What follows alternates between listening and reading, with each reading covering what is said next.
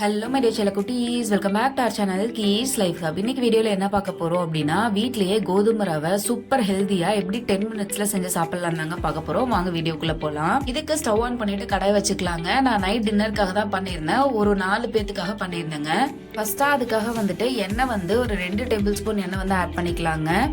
நம்ம ஹெல்த்தியாக செய்கிறோம் அப்படின்றதுனால நான் எண்ணெய் கம்மியாக தாங்க ஆட் பண்ணியிருக்கேன். நீங்கள் எந்த டிஷ்ஷாக இருந்தாலும் எண்ணெய் கம்மியாகவே ஆட் பண்ணுங்க, அதுதான் உடம்புக்கு நல்லது. எண்ணெய் காஞ்சதுக்கு அப்புறமா கடுகும் கடலைப்பருப்பும் ஆட் பண்ணிட்டு கொஞ்சம் அது கலர் சேஞ்ச் ஆகிற வரைக்கும் வெயிட் பண்ணலாங்க. கடுகு அந்த பொரியல் சுத்தம் நிற்கிற வரைக்கும் நம்ம வெயிட் பண்ணணும். லைட்டாக கரண்டி வச்சு மிக்ஸ் பண்ணி விடுங்க. அப்போதான் எல்லா சைடுமே நல்லா பொரியும். எண்ணெய் ஓவர் ஹீட் ஆனதுக்கு அப்புறமா இதை ஆட் பண்ணாதீங்க. அப்படி பண்ணீங்க அப்படின்னா உடனேவே தீஞ்ச மாதிரி ஆயிடும். ஸோ அதை அவாய்ட் பண்ணிக்கோங்க. இப்போ கலர் சேஞ்ச் ஆயிடுச்சுங்க. ஸோ நான் நீல் வாக்கில் கட் பண்ணி வச்சு பெரிய வெங்காயம் 2 பிளஸ் 2 கொத்து கருவேப்பிலை ஆட் பண்ணிக்கிறேன். நான் காய்கறி எல்லாம் ஆட் பண்ண போறதால வெங்காயம் கம்மியாக தாங்க ஆட் பண்ணியிருக்கேன். ஸோ நீங்க காய்கறி எல்லாம் ஆட் பண்ணல அப்படின்னா வெங்காயம் கொஞ்சம் அதிகமாக ஆட் பண்ணிக்கோங்க. அது ஒரு டேஸ்டா நல்லா இருக்கும். இதையும் நல்லா கலந்து விட்டுக்கலாங்க.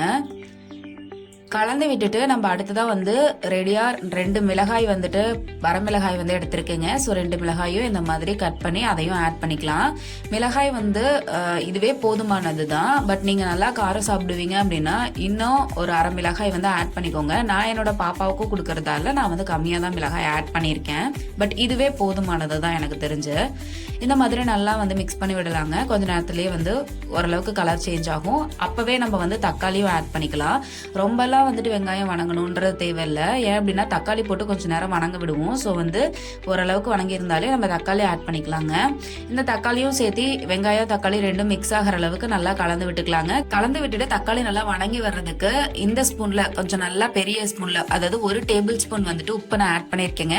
அதுக்கப்புறம் பத்தலைன்னா நம்ம ஆட் பண்ணிக்கலாம். ஸோ இப்போதைக்கு நான் வணங்குறதுக்காக மட்டும் ஆட் பண்ணிருக்கேன். இப்போ அந்த உப்பையும் சேர்த்து நல்லா கலந்து விட்டுட்டு கொஞ்ச நேரம் வெயிட் பண்ணலாம். தக்காளி இன்னும் கொஞ்சமே நல்லா வணங்கி வரும். மாதிரி நம்ம எந்த டிஷ்ஷாக இருந்தாலும் அதோட ஹெல்த்தியாக என்ன ஆட் பண்ண முடியும்னு பார்த்து அந்த மாதிரி செஞ்சு சாப்பிட்டோம் அப்படின்னா நம்மளுக்கு எல்லா விதமான சத்துக்களும் கிடைக்கும்.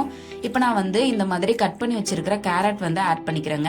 கேரட் பெருசாக வேண்டாம், இந்த மாதிரி இது பண்ணிக்கோங்க. அதே மாதிரி பீன்ஸுமே நான் இந்த மாதிரி கட் பண்ணி வச்சிருக்கீங்க, அதையும் ஆட் பண்ணிக்கிறேன். கேரட்டும் பீன்ஸு இல்லை மற்ற எந்த காய்கறியாக இருந்தாலும் நீங்கள் கொஞ்சம் அதிக அளவில் கூட ஆட் பண்ணிக்கலாம். அதுவுமே உடம்புக்கு ரொம்ப நல்லது. ஸோ நான் இந்த அளவுக்கு ஆட் பண்ணிக்கிட்டேங்க. நீங்கள் அதிகமாக ஆட் பண்ணாலும் தப்பு கிடையாது.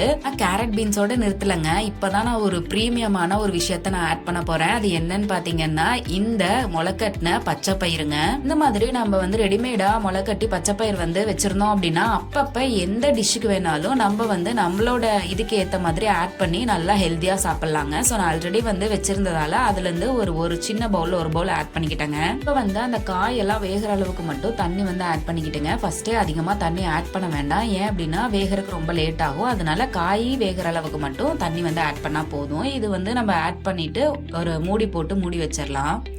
இப்போ நம்ம மூடி போட்டு ஒரு 5 to 7 மினிட்ஸ் இருந்தாலே போதுமானதுங்க. காய் வெந்துரும். இந்த மாதிரி நம்ம பச்சைப்பயிறு முளைக்கட்டினது ஆட் பண்றதெல்லாம் ரொம்ப ரொம்ப உடம்புக்கு நல்லது. எவ்வளோ ப்ரோட்டீன் சத்து கிடைக்கும் தெரியுங்களா?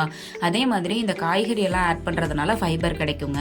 இப்போ தண்ணி அளந்து ஊத்திக்கலாங்க. நான் எப்பயுமே சின்ன டம்ளர்ல ஒரு டம்ளர் ரவை போட்டேன் அப்படின்னா 3 டம்ளர் தண்ணி ஊத்துவேங்க. ஸோ இன்னைக்கு நான் 4 பேத்துக்கு செய்யறதால நான் 4 டம்ளர் ரவை ஆட் பண்ணிக்குவேன். இந்த கோதுமை ரவை தான் நான் யூஸ் பண்றேன். நீங்க எந்த பிராண்டோட கோதுமை ரவை வேணாலும் யூஸ் பண்ணிக்கலாம். இப்போ 4 டம்ளர் ரவைனா 4 3 12ங்க. 12 டம்ளர் தண்ணி ஊற்றணும். நான் இப்போ 12 டம்ளர் தண்ணி ஆட் பண்ணிக்கிட்டேன். கொஞ்ச நேரம் ஆனாலே தண்ணி இந்த அளவுக்கு நல்லா கொதிச்சு வருங்க. இப்போ உப்பு மட்டும் கரெக்டாக இருக்கான்னு பார்த்துக்கோங்க. உப்பு கம்மியாக இருந்தால் அது மட்டும் கொஞ்சம் ஆட் பண்ணிக்கோங்க. இப்போ பார்த்தீங்கன்னா நாங்கள் யூஸ் பண்ணுற இந்த பேக்கெட் 4 டம்ளர் வருங்க. அதனால நான் அளக்கலை. நீங்கள் ஒரு சின்ன டம்ளரில் 4 டம்ளர் ஆட் பண்ணி ஒரு டைம் செஞ்சு பாருங்கள். அது உங்களுக்கு போதுமானதாக இருந்தால் அதோட ஓகே. இல்லைன்னா நெக்ஸ்ட் டைம் செய்யும்போது கொஞ்சம் அதிகமாக ஆட் பண்ணிக்கோங்க. இப்போ பார்த்தீங்கன்னா ரவையை பொறுத்தளவு எப்பயுமே நம்ம இந்த மாதிரி அதை ஆட் பண்ண கரண்டி வச்சு கலந்துட்டே இருக்கணுங்க. இல்லை அப்படின்னா கட்டி விழுந்துரும். ஸோ நீங்க ரவையை ஆட் பண்ண இந்த மாதிரி கலந்துட்டே இருங்க. இப்போ பாருங்க கொஞ்சம் ஓரளவுக்கு இறுகிருச்சு.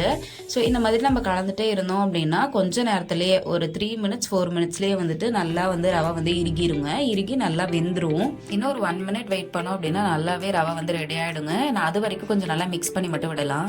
இப்போ பாருங்க ரவை சூப்பராக ரெடி ஆயிடுச்சு. இப்படி நீங்க ரவை எப்பயுமே தனியா செய்யாம வெஜிடபிள்ஸ் இந்த மாதிரிலாம் ஆட் பண்ணி செஞ்சீங்க அப்படின்னா உடம்புக்கு ரொம்ப ரொம்ப ஹெல்தி. ஸோ ஜஸ்ட் ரவை மட்டும் சாப்பிட்றதுல எந்த ஒரு சத்துமே கிடையாதுங்க. அதனால எப்போ செஞ்சாலும் ஒரு 5 மினிட்ஸ் எக்ஸ்ட்ரா ஆனாலும் பரவாயில்லன்னு சொல்லிட்டு இந்த மாதிரி சாப்பிடுங்க.